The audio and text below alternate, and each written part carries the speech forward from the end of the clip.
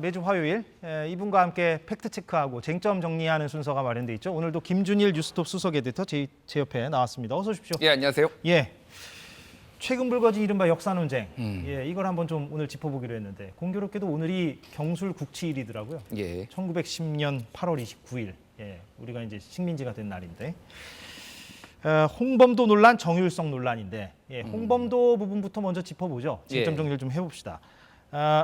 일단은 관련 보도가 많이 나왔으니까 국방부가 그러면 육군사관학교 앞에 있는 여러 명 가운데 홍범도 흉상을 빼겠다는 거고 국방부 앞에 있는 것도 빼겠다. 즉 홍범도만 쏙 빼겠다. 이런 겁니까? 지금 좀 입장이 명료하지 않은 것 같기도 해서. 명료하지 않죠. 그러니까 어제 이제 국방부 대변인이 이제 기자들한테 브리핑도 하고 그랬는데 거의 30분 동안 약간 설정같이 벌어졌어요. 그렇습니까? 그러니까 필요하면 검토하겠다. 그래서 이게 무슨 얘기냐라고 계속 검토해서 뭐 검토를 검토하겠다는 거냐 뭐 기자가 이렇게 물어보고 그 옆에 이제 해군 관계자가 나왔는데 해군에서 이 이제 홍범도 함의 이름 변경을 하는 거냐 그러니까 해군에서는 검토한 적 없다라고 하니까 또 국방부에서는 필요하면 검토하겠다 이렇게 얘기를 하고 엇갈렸어요.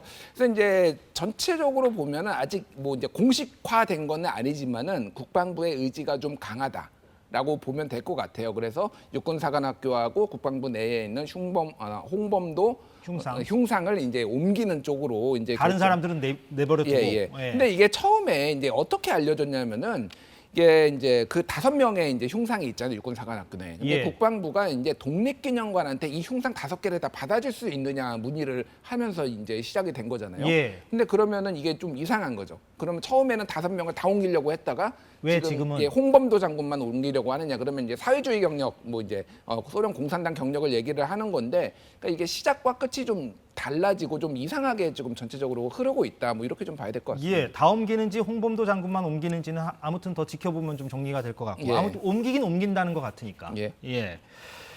그래서 이제 국방부 입장을 보면 해방 전에 홍범도 장군이 돌아가시긴 했지만 그래서 이제 북한과는 무관하죠. 북한과는 무관하지만 어쨌든 소련 공산당 가입을 한 경력이 있다. 그리고 이른바 자유시 참변에도 일정 부분 책임이 있다는 취지로 설명을 하는 것 같아요. 그래서 빼야 된다.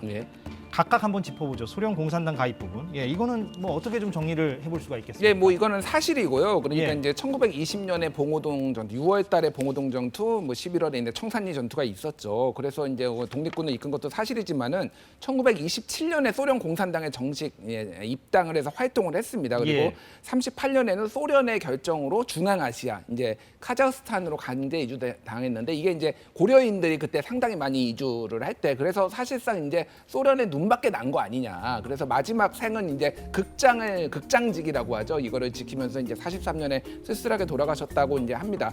다만 이제 여기서 우리가 감안해야 될 부분은 당시 만주나 연해주에서 독립운동을 했던 분들 상당수는 뭐 중국 공산당이나 소련 공산당의 지원을 안 받을 수가 없는 거죠. 막대기로 잠깐만요. 저 그래픽 가운데 오류가 있어서 제가 좀 수정을 하겠습니다. 1962년에 건국훈장 대통령장을 받았고요. 2021년에 대한민국장으로 승격이라고 표기가 돼 있는데 중복해서 받았다고 합니다. 저희가 어저께는 승격이라고 제가 표현을 했는데 바로 잡겠습니다. 그러니까 대통령장도 받았고 2021년에 대한민국장도 받은 겁니다. 계속 말씀해 주십시오. 그래서 이제 당시에 뭐 그때 독립운동 했던 사람들이 이제 중국 공산 그때는 이제 소위 말해서 반파시즘 연합이었잖아요. 그러니까 소련하고 미국하고 연합국이었고 반파시즘 이제 공동전선을 펴는 때였으니까 그때의 기준으로 지금은 이제 그러니까 지금의 기준으로 그때를 평가하는 게 맞느냐 뭐 이런 논쟁들이 나오는 거고. 자유시 참변 부분은 워낙에 이건 설명을 뭐 처음부터 끝까지 하면 시간이 모자랄 것 같고요. 간략하게만 왜 이거를 국방부가 지금 문제 삼고 있는 것인지. 그러니까 짧게 요약을 진짜 해보겠습니다. 최대한 요약을 해보겠습니다. 그러니까 아까 제가 얘기했듯이 1920년에 봉오동 천상리 전투가 있은 다음에 일본군한테 대승을 거두잖아요. 일본군이 만주를 완전 이잡듯이 독립군을 토벌하기 시작합니다. 그러니까 만주에 있던 독립군들이 여기서 더 견디지 못하니까 소위 이제 러시아 땅으로 연해주 쪽으로 이주를 한 거죠. 그게 이제 자유시라고 이제 불리는데 이거를 이제 러시아명으로 스보보드니 이 지역으로 옮깁니다. 근데 여기에는 이제 극동공화국이라는 게 있었는데 사실 이제 소련과 러시아 공산당의 지배를 받는 이제 뭐 괴뢰국 같은 데가 있었어요. 근데 여기에서 무장 해제를 시킵니다. 너희 그냥 들어오면 안 돼. 다 무장 해제라고 했는데 여기에서 두 개 파가 갈려요. 하나는 상해파가 있었고 하나는 이르쿠츠파가 있었는데 상해파 같은 경우에는 고려공산당의 이제 계열이어서 여기에서는 우리는 무장 해제 할 수 없다 버티고 이르쿠츠파 같은 경우에는 소련 공산당 쪽에 좀 지원을 받는 건데 그럼 우린 무장 해제할게라는 소련 건데 말을 듣겠다. 소련 예. 말을 듣겠다라는 겁니다. 그런데 처음에 홍범도 장군은 상해파에 있다가 이르쿠츠파 쪽으로 옮겼다라는 거예요. 예. 그러면서 근데 상해파 같은 경우에는 우리는 끝까지 못하겠다. 무장해제 못하겠다라고 하다가 소련군하고 충돌을 해가지고 이제 사상자가 생겼는데 소련 측의 주장은 36명이 사망했다. 그리고 상해파의 주장은 한 600명 정도가 사망했다라는 건데 600명은 좀 과장이다. 어쨌든 뭐 이런 이제 뭐 학술 쪽에서는 이제 평가들이 나오고 있습니다. 근데 중요한 거는 그 다음에 이제 재판위원 이 자유시 참변이 있었고 그 다음에 홍범도 장군이 재판위원으로 참석을 했다. 그러니까 직접 뭐 학살을 하거나 그런 거는 아닌데 여기에서 이제 처벌 뭐 이런 판결을 내린 거 아니냐 상해파에 판사처럼 이제 예. 이런 의혹이 있는 거고 그래서 직접 그때 당시에 이제 기록들을 보면은 오히려 홍범도 장군이 이 사태가 이제 참변이 일어나고 나서 굉장히 안타까워하고 소련 측에 항의를 했다라는 얘기도 있고 막 울면서 탄식을 했다 병사들하고 뭐 이런 얘기도 있어서 조금 엇갈리는 부분이 좀 있는 건 아무튼 사실입니다. 이제 독립군 내부에서 이제 파벌 싸움이 있었고 예. 그 과정에서 이제 사상자가 나왔다 이거잖아요 지금. 그렇죠. 그러니까 예. 이게 그러니까 쉽게 얘기를 하면은 그러니까 소련의 입장에서 보면은 무장한 외국의 단체가 그냥 왔을 때 그러면 무장을 해제 안 하고 받아주는 게 당연한 거냐. 그러니까 소련의 입장에서 보면 그런 거 예, 위험할 수도 있으니까 이제 이런 뭐 이견들이 있었고 거기에서의 막 파벌이 있었고 뭐 좀 복잡하게 이거를 그래서 단순하게 좀 보기는 힘들다 이렇게 좀 봐야 될 것 같습니다. 예. 그래서 그 여권 내부에서도 지금 우려가 많이 제기되고 있어요. 사실 오늘 보니까 김태흠 충남지사도 한마디 덧붙인 것 같은데.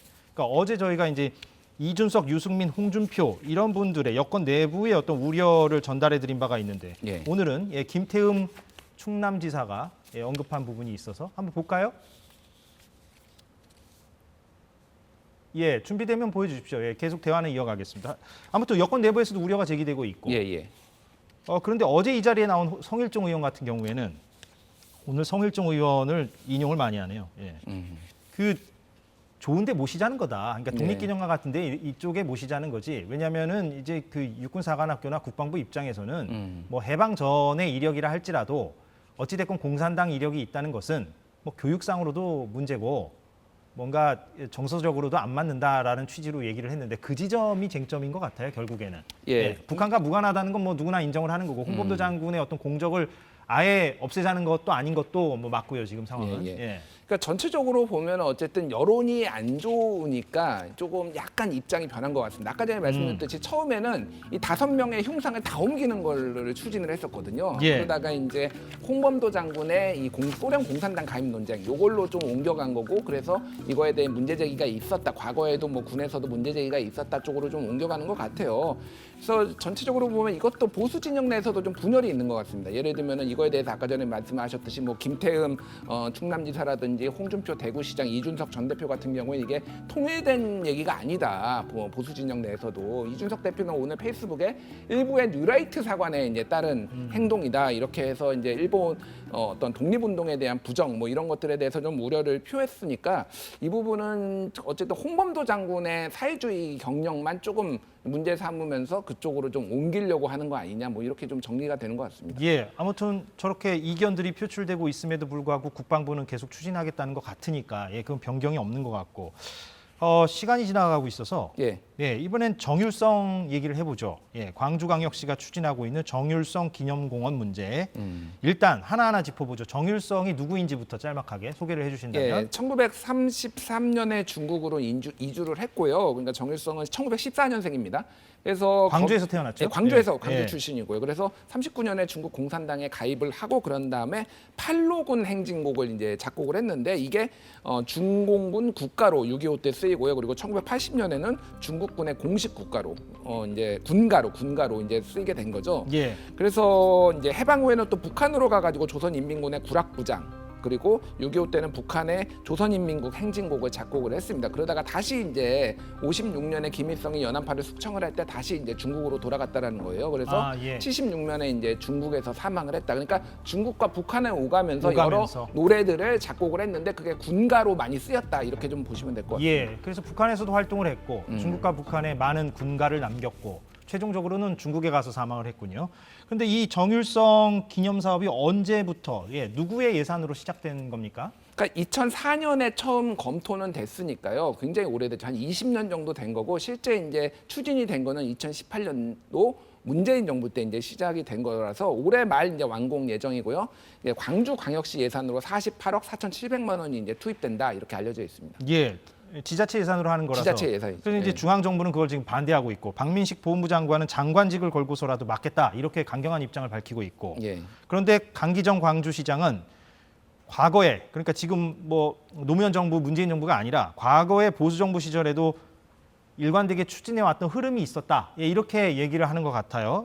각각의 입장을 어떻게 좀 요약을 해볼 수가 있겠습니까? 그러니까 이제 여기는 좀 이제 보훈부 장관이 강경하게 한 거는 어쨌든 북한 정권에 기여를 한 사람이다. 다른 일을 이를테면 홍범도 장군하고는 궤가 다르다 이렇게 지금 보는 거죠.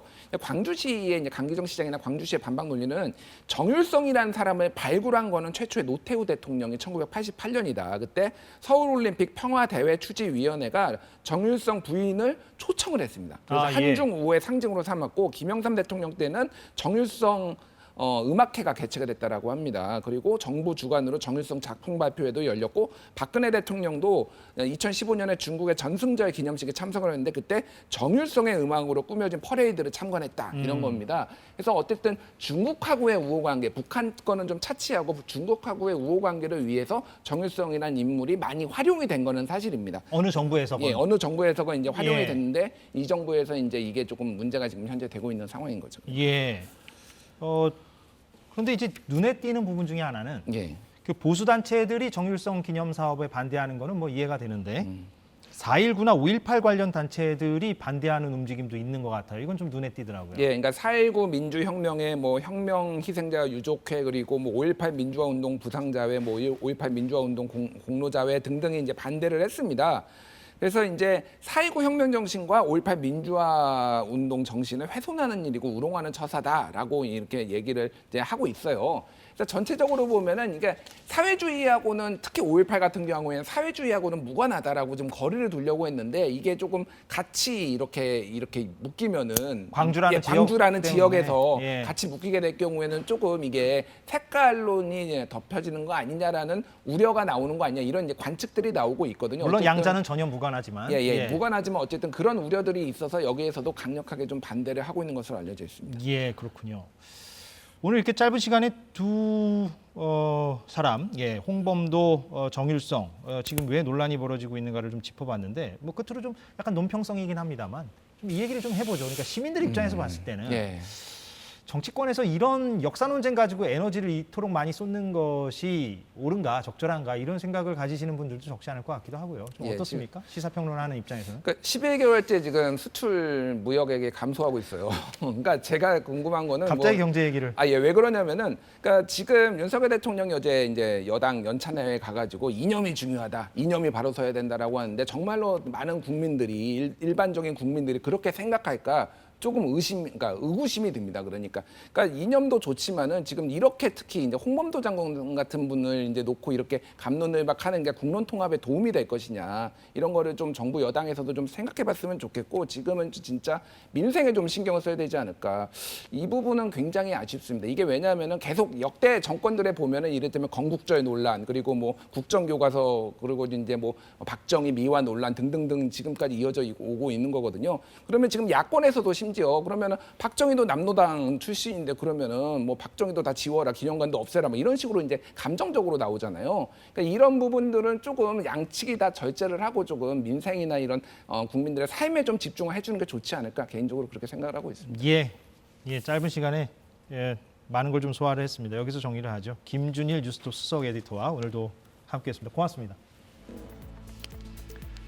네, 오늘 사사건건 여기까지 하겠습니다. 저희는 내일 오후 4시에 마찬가지로 돌아오겠습니다. 고맙습니다.